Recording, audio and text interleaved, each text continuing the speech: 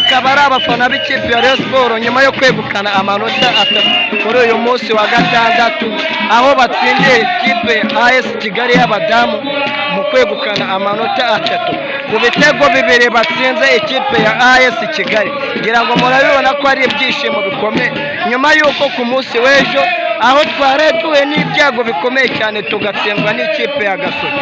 Ndatekereza neza ko kuri uyu munsi abadamu b'ikipe ya Rayon Sports bakaba batubashije kwiriza ikipe ya Rayon Sports y'abadamu ku manota meza cyane, aho bibaganisha kugana mu gufata igikombe cya shampiyona. Ngira ngo murabona ko bari mu byishimo byinshi cyane, aho bagiye gukoma ya mashyi yabo nk'ibisanzwe cyane. Ndagira ngo mukone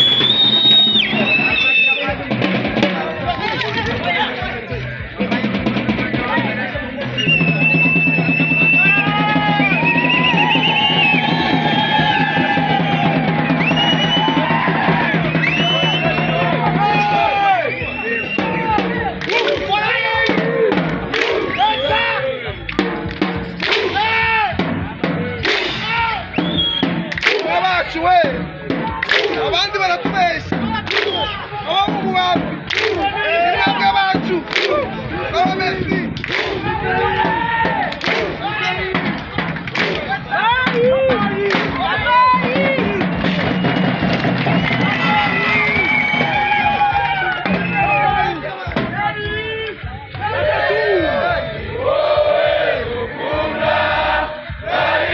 Kipe